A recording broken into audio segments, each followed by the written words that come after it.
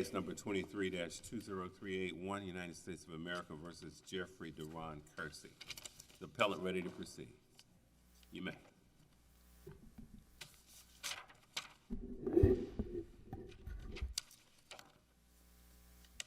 Thank you, Judge Graves.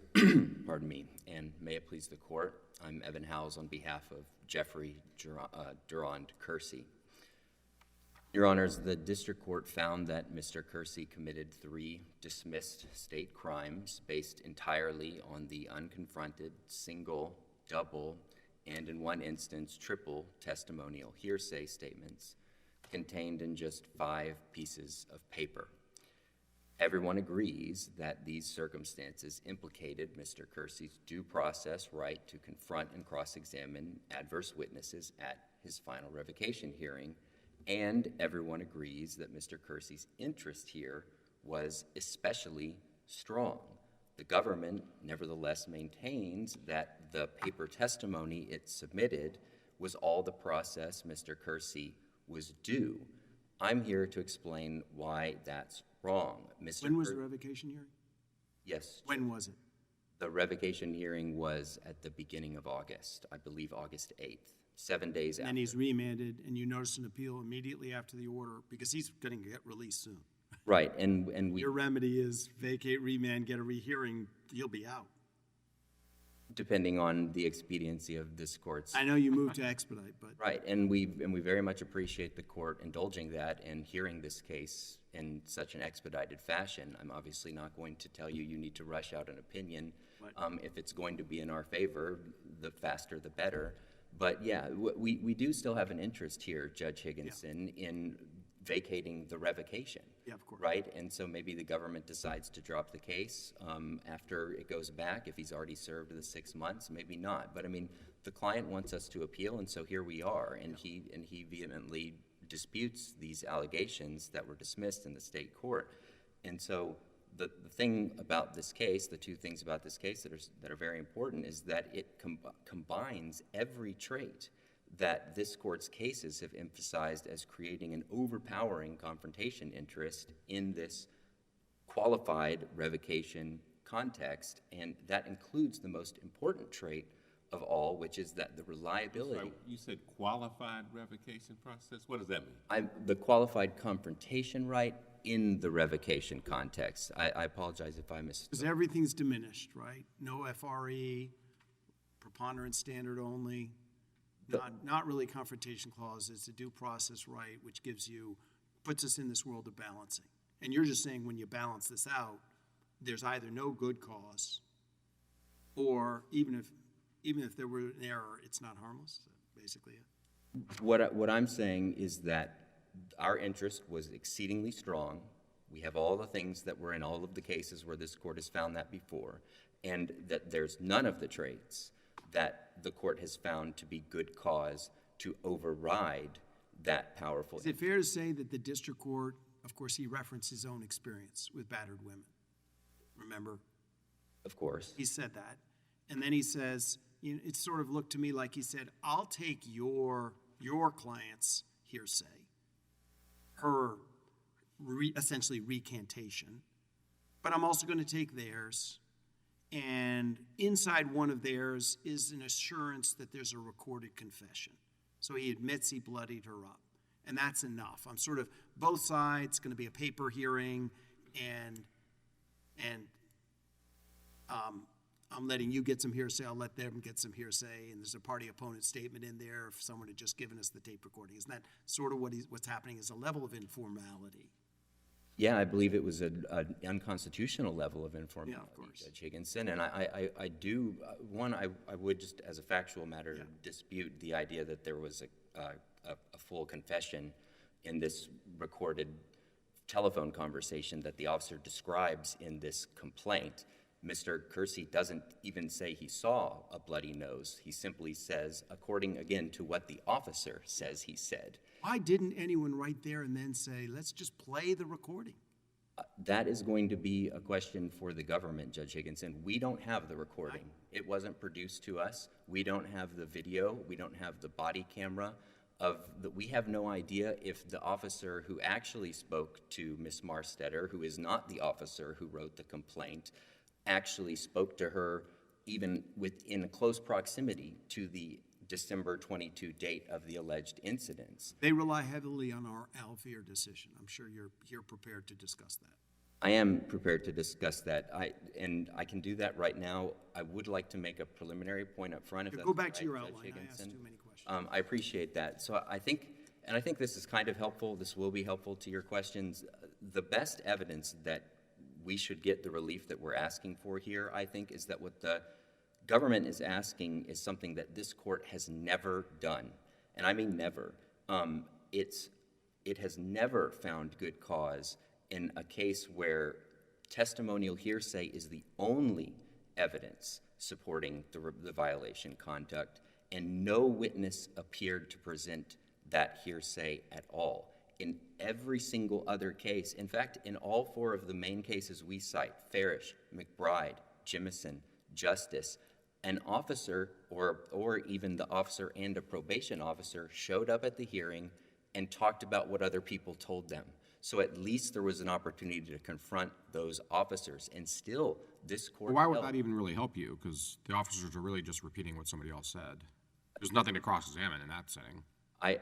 Well, there are things we could cross-examine if we're limited to that. What would you have done here with the officer?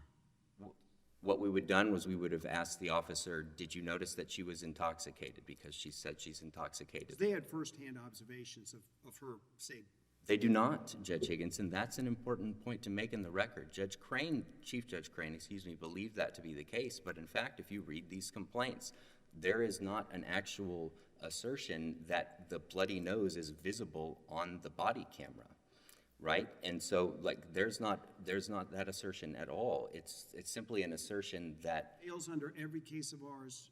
In their brief, page 22, they say, but it works under other circuit law. Do you know those other circuit cases they cite well enough to say I there do. was a police officer or corroborating evidence? in fact, in Sims, which is the Eighth Circuit case, and Carthen, which is the Second Circuit case, the courts in the courts of appeals in each of those cases made very clear that, one, there was evidence of the fear of reprisal, so that was the good cause. We don't dispute that if there's actual evidence that a person is not, the reason a person isn't testifying is they're afraid of retaliation from the defendant, then that can rise to the level of good cause. But it's important to note that in Sims, Eighth Circuit, Carthen, Second Circuit, and even Alvear, which is our circuit, there was other independent corroborating evidence. In the two outer circuit cases, there was independent evidence of the violation conduct. In Alvear, it's a little bit less. There was at least independent evidence corroborating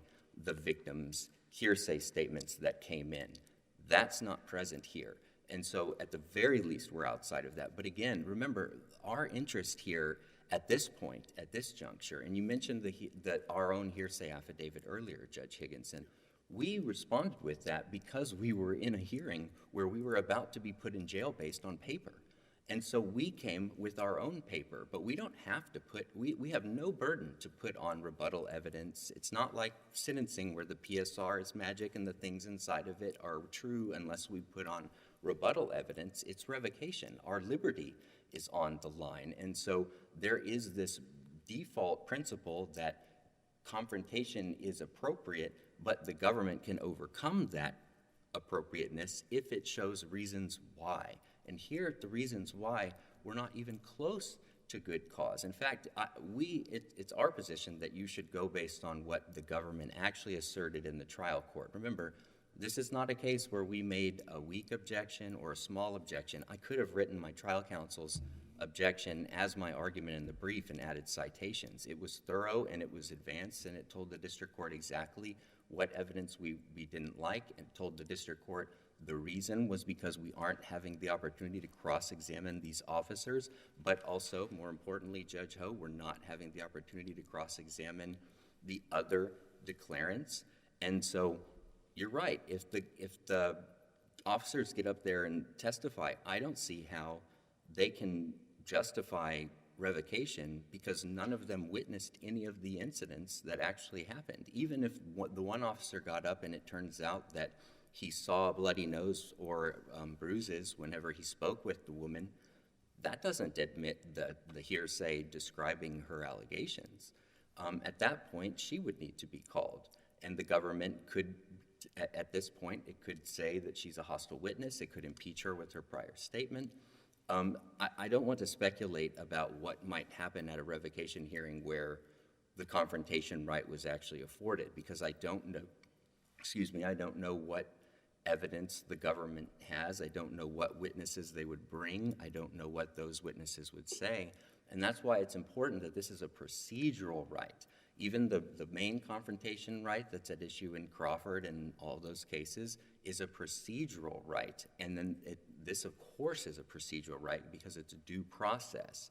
And so what we're complaining about here and what this court recognizes important in Jimison is that the process was not correct, and so that's what needs to be altered, and that the normal remedy in a situation like this, where there's no good cause found, in our view there is no good cause, that's what we're asking this court to find, is that you remand for confrontation and the evidence to be excluded unless the declarants are presented for their testimony to be subject to cross-examination. That is the right that's at issue. And I would be... You've got the Alvear stated government interest, page 190, about the witness being afraid, which seems to fit this case pretty well, doesn't it? Well, in Alvear, there was... I'm sorry if I mispronounced. You know what case I'm I honestly don't know the pronunciation, I'm guessing. In that case, there was substantial evidence, in this court's words, of the fear. But I made this point in the reply brief, and I wish I had made it stronger. But the difference in this case and that case is that in our case, the government herself, the prosecutor below, said, we anticipate that this witness will come and say the exact same things, which were exculpatory, that she said in the affidavit that we produced. And so... Right, there's no question she's changed her testimony multiple times, right? She alleges battery, she recants, right. She alleges battery, she recants. Why isn't that itself evidence of fear? The woman appears to be battered. Well, Judge Ho, it's not evidence of fear because she's sworn in two separate documents that are consistent. One that was created before the revocation proceedings even started, and that's related only to the criminal mischief charge, that he didn't do this conduct, right? And so I think look, if there was outside evidence that I think what the government is getting at is the prosecutor, the only thing that was actually expressed on the record below is that the prosecutor just didn't believe the witness now. Fair enough. But that's not evidence of Or felt they couldn't proceed with a non-cooperating witness. Well, This is the difficulty in domestic violence cases. No doubt, Judge. That is true, Judge Ho, but what we expect in cases is for there to be documentation of the fear. And here, there's no basis to suggest that she would be afraid to testify favorably to our client, which is exactly what the prosecutor anticipated she would testify, that she would testify favorably in Alvear and Sims. In other words, this prosecutor didn't say, I think she's fearful. The prosecutor said, I think she's a liar. I don't think she's going to tell the truth. Exactly, and that's bad. And in terms of your request for a remand, you're not asking us to remand and foreclose the possibility of a good cause showing. Or are you? Are you saying remand and say you got to call some witnesses, or remand and say either good cause or call the witnesses? Our first order position is that you should remand and say there was not good cause here, right? And so, I mean, in the normal situations for a remand, it's always the case that if new evidence comes along or intervening circumstances, the government might be able to show. Like, let's say one of these witnesses dies tomorrow, they could come forward and say, well, they're no longer available, right? And that would be the basis for good cause. But I mean, there was no good cause before for a reason. It's the government just didn't believe this witness. It's not that they had any evidence that she was lying. We had our mitigation specialist get up and testify that she talked to this witness and that she affirmed that she believes what she said in these affidavits. And I'm not trying to minimize the concerns for domestic violence that are real and that are out there, but there's just not evidence of it in this case. And the cause that has... There were two other witnesses. Excuse me, Judge? There were two other witnesses. I mean, again, it may be hearsay within hearsay. There's It more. isn't just a credibility call on her, whether the statements she made to the police are correct or the recantation statements are correct. I thought there were two witnesses that would speak to. There's... I don't want to talk about No. Judge Higginson, I'm sorry. There is one witness who was purportedly there for the criminal mischief. There's no other witness for the robbery and assault, and the robbery, again, is the only mandatory one.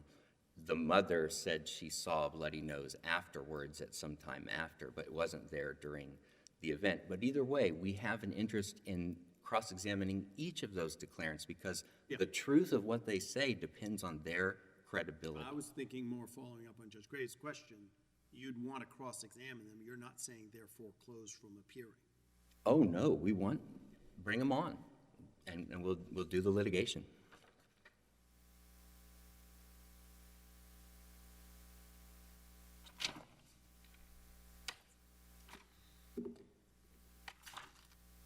May it please the court. Seth Gagliardi for the United States. The district court in this case did not err by admitting the challenged hearsay testimony because there was good cause. If this court finds that some of the hearsay testimony was improperly admitted, that error is harmless because the properly admitted hearsay testimony of Ms. Marsteller was sufficient to establish by a preponderance of the evidence all three violations. The standard of review for a properly preserved claim of confrontation through due process at a revocation hearing is de novo, subject to the harmless error Do you have analysis. any Fifth Circuit case which upheld a revocation determination based on police reports alone? No, not police reports only, Your Honor, but it is important to notice that these are not police reports only. These are sworn criminal complaints. So there is a difference, and this court has said that when statements are What's your sworn. Fifth Circuit case where there was no live testimony, and yet we upheld it? No, Your Honor. We are admittedly one step removed from the precedent that we cite. Could have called any of the police officers, totally in your control. Absolutely, Your Honor. Could have played the alleged recording, totally in your control. It's not in the record, but much like Mr. Kersee's counsel, we do not currently have that recording, but it is available. But it is also important to note, Your Honor, that I don't have it, but it is available, but it would be available to you, the government. it's also available to Mr. Kersee, Your Honor. If he thought there was something helpful, and this court's precedents in Alvear and Elizondo state that, if But Alvear, which may be the closest, there was still the testimony of the mother, there was the testimony of the police officer, and if I'm not mistaken, the battered woman was incriminating him. So fear would make sense. actually, Your Honor, there was testimony from Mr. Alvear's mother, there was testimony from the police officer, and then there was recantation in Alvear as well. Right. So that's a similar factor between these Well, two but the cases. court heard testimony from the probation officer, a Dallas police officer, and Alvear's mother. Yes, Your Honor, Alvear's mother, who was a defense witness. So then they excused the woman because she could be fearful. Yes, Your Honor, they found fear in that case, and importantly, they also found that fear could be implicit or inferred. And there is fear in this case. If you look at the record in this case, there are two different police calls where she is calling the police because she's fearful she's being threatened or assaulted with aggravated robbery with a deadly weapon by Mr. Kersee, an assault family member. So we have the April incident where there is a corroborating witness, Miss Jaleesa Mathis. It's early in the morning, 6 o'clock. The two women are in the home. Mr. Kersee is aggravated that Miss Marsteller is not answering his calls. He shows up, tries to gain entry to the house. They hear him. He is threatening her, saying he's going to get her, he's going to kill her. And they And hear... Judge Crane, these facts you're describing were before Judge Crane. Yes, Your Honor. Through what hearsay declarant? Through the hearsay, through the criminal complaints, the sworn criminal complaints, Your Honor. Sworn out by law enforcement. Yes, Your Honor. So we've got law enforcement saying what everybody said to incriminate the defendant. Yes, Your Honor. They are a pass-through. Then there is no law enforcement observer here. And that is a big distinction between the Jimison case, the Farish case, and the Justice case. Those are all cases where law enforcement was involved in either search warrants at a crack house, a sting operation for drug sales, and other things of that matter, where there was actually law enforcement engaged with the defendant, so there could be a concern over bias, or there are actual observations and perceptions where they could be questioned on what they saw. At least it's not hearsay within hearsay. Is there anything in the record here to show that the judge made a good cause determination? It's very limited, and that's part of the reason we briefed that there may not be a showing of good cause, and so in that case, you go to harmless error, and you see if it's in the record, you see if there is good cause, it's established in the record, and whether it's inferred or implied in the court's rulings. And we do believe that it is. The court stated specifically that it found the information reliable, consistent. The court did also offer a reason why the government wasn't putting the police officers forward on page 126 and 127 of the record. The court said, well, you could offer the officers, but really functionally all they've done in this case is they've taken the statement of Ms. Marsteller and just put it in a report, or it's on body camera. And critically, in Alvear, this court stated that if Mr. Alvear had wanted to present or thought that evidence would help him or witnesses would help him, he could have subpoenaed. And the court found that the subpoena cuts the other way in this district. If the supervisee wants to present witnesses and thinks that they have something beneficial for him, then it cuts against him that he doesn't offer him. It shows that he did not think there was something beneficial to offer through Investigator Walker's description of a recorded body cam camera. All Investigator Walker did as far as the body cam video did was describe what he saw on it and then swear under oath that that's what he saw. Now, if Mr. Kersee wanted to dispute what was on the body cam video, including a bloody nose, then he could have sought the body camera and admitted it, or he could have subpoenaed. But it's your burden. Right? It is our burden, but our burden is a preponderance of the evidence burden. And the government feels that through the sworn criminal complaints, we've met the preponderance of the evidence burden. And the court, much like in Elizondo and Alvear, had both statements from the recanting witnesses in this case and the other case. And in those cases, this court stated that the district court had the ability to weigh those two statements against each other. So we don't see it as the classic confrontation challenge that Mr. Kersee cites from Jimison and Justice and McBride. It's not a he said, she said, partially because, as Your Honor pointed out, there is that partial confession that the district court noted on page 124. And if Mr. Kersee wanted to dispute what was in the recorded audio, he could have done the easiest thing, which is either testify that that is not what he said, or he could have obtained the recorded audio and said, your perception of what I said on the phone is completely wrong. But what he said on the phone corroborated Ms. Marsteller's statement about what happened on December 23rd in that aggravated robbery with a deadly weapon and assault family member. What he said was, I remember the incident, I was there. So that the way you're suggesting that we would write this would be, government doesn't need to call witnesses to put people in jail at all. They just have to they don't even call police. They just have to offer police reports that say that the victim said the opposite of what she's saying she said. And that's going to be enough. No, Your Honor, that is not enough. Just a police report is not enough. Well, it's law enforcement statements primarily relying on the woman that the district court implicitly is saying is fearful.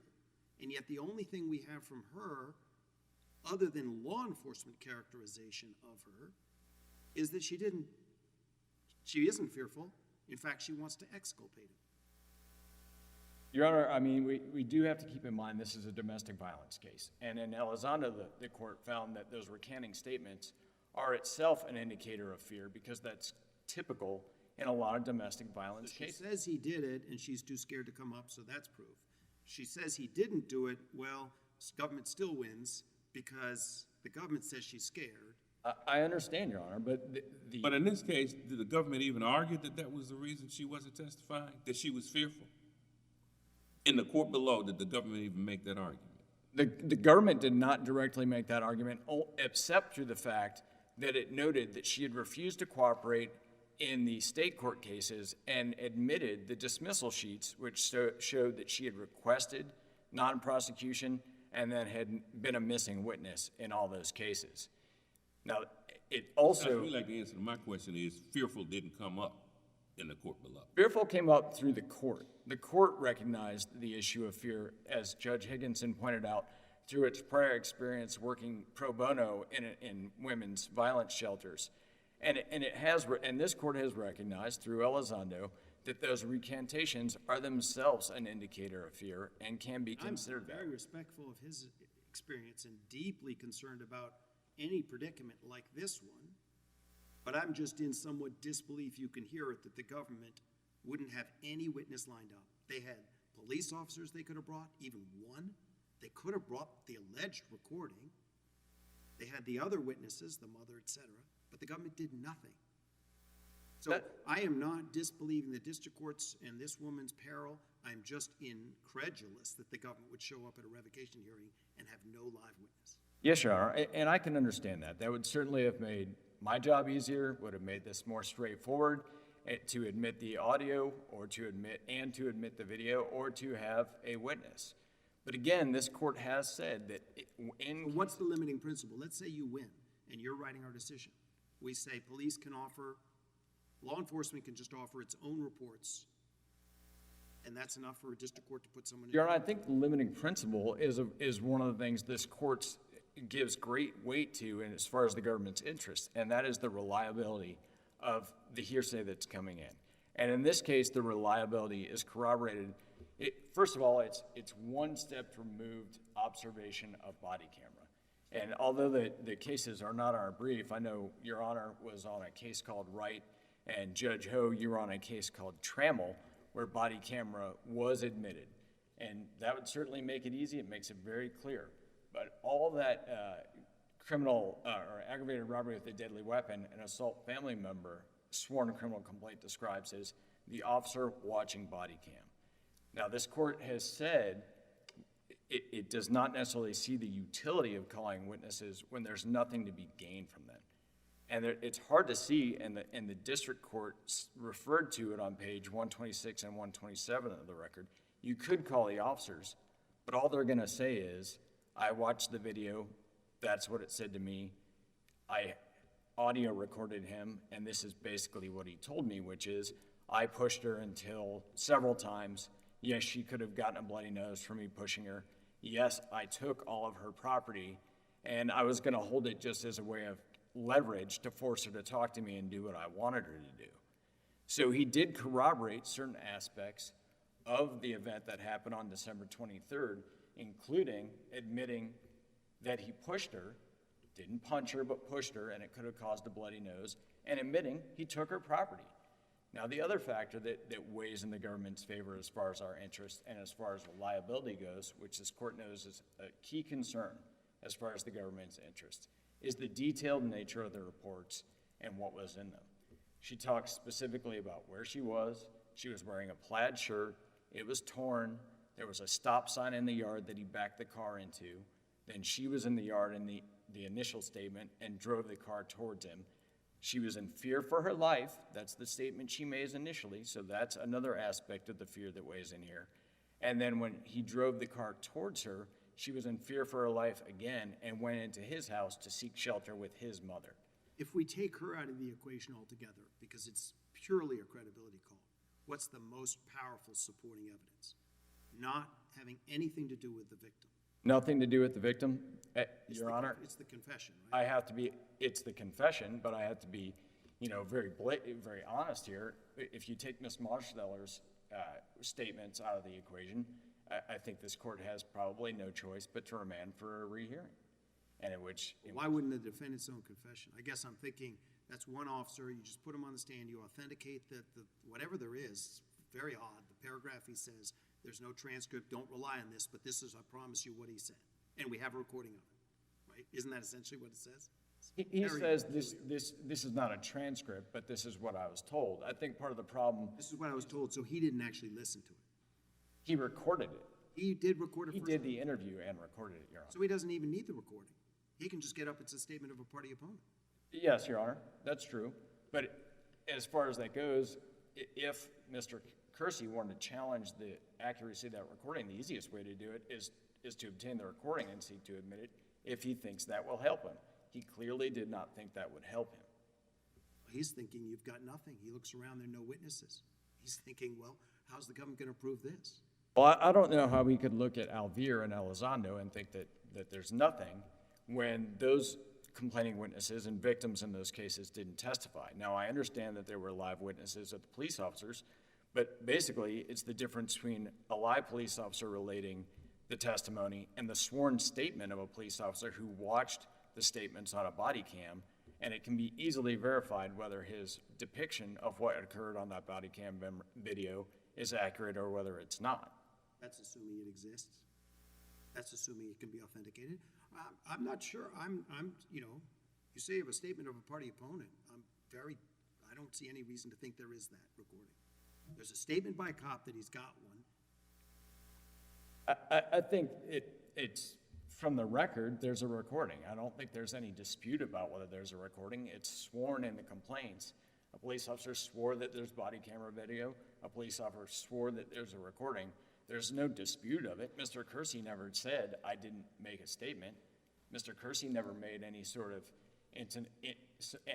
inference that he was never in contact with the police or disputed the accuracy of that recording. It just didn't happen. So if Mr. Kersee had something to say to call that into question, that's another factor that lowers his interest in confronting the witness. As this court has said, if you don't... Probation officer could have been called, right? Potentially, Your Honor, it certainly has happened in the past. But it is a factor, Your Honor, that cuts against Mr. Kersee. He didn't provide any sort of alternative theory about the recording. I have real problems with that argument. He didn't have to provide a thing. I understand that, Your Honor. He does not have to provide a thing. But when you're weighing the balance interest and you weigh his interest, it is one of the factors that the court has said. If the supervisee does not propose an alternative theory, then that cuts against his weight in confrontation.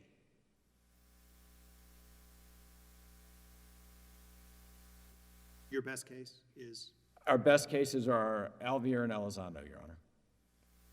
So the government's position, Your Honor, is that the court did not err in admitting the hearsay evidence with lack of confrontation because there was good cause. Thank you. Before you sit down, if we're not persuaded, then you would agree we'd want to get a decision out as fast as possible. And would it be the government's intent to redo the hearing and put witnesses on? It would be the government's intent to redo the hearing and admit the audio and video and if necessary, put witnesses on. And he's served, 3 of the 6 months already? The sentencing was August 2nd, Your Honor. So he's scheduled to be released in late January, I believe. And, as this court, as Judge Ho and Trammell dealt with, there was a body cam video in there. It was not a close call. The body cam video was admitted. So certainly we would seek to do that. And Judge Higginson, in your right case, there was also a body camera admitted in that. So that would be essentially what the government would seek to do in the first order. Thank you, Counsel. Rebuttal.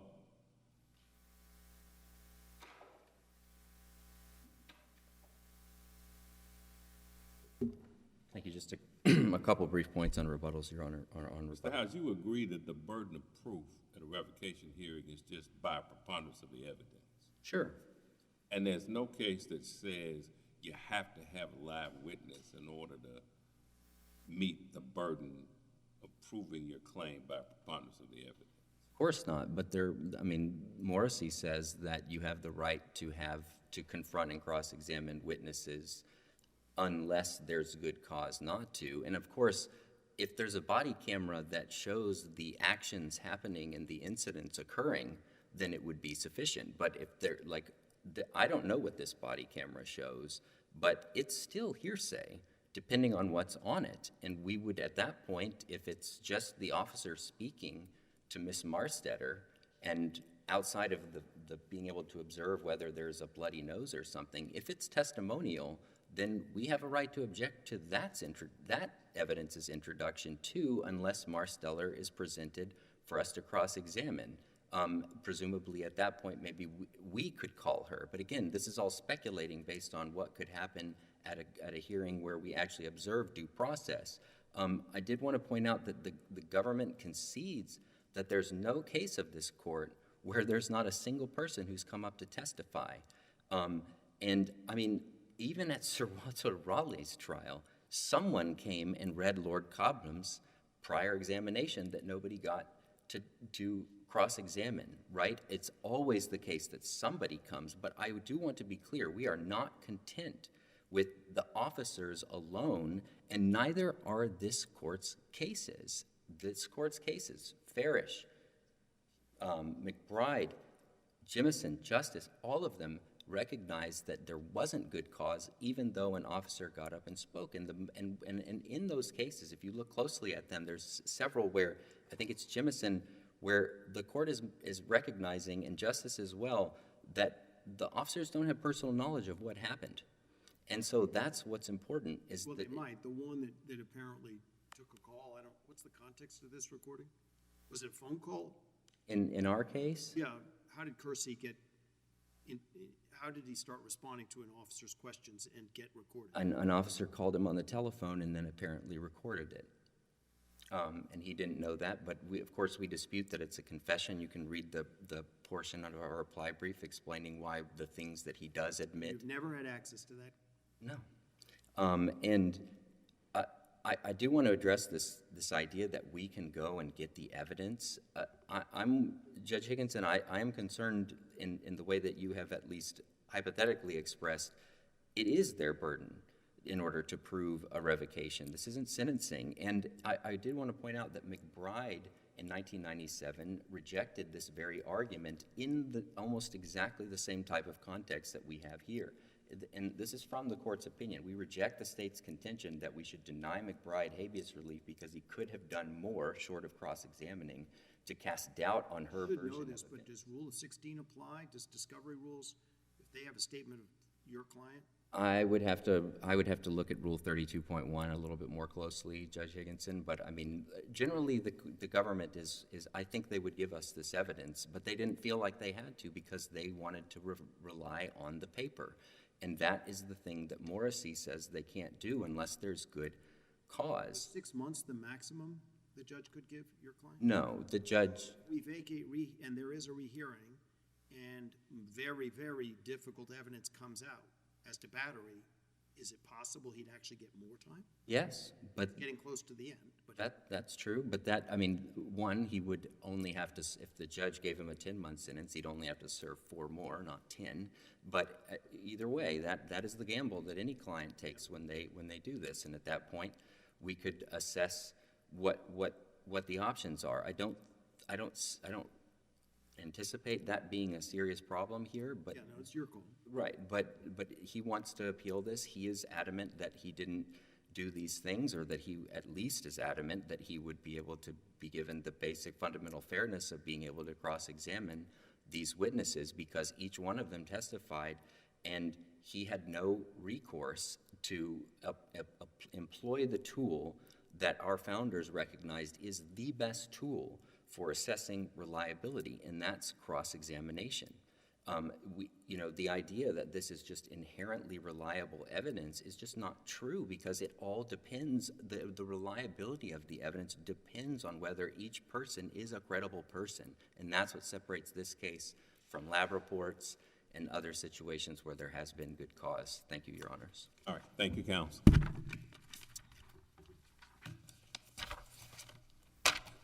That concludes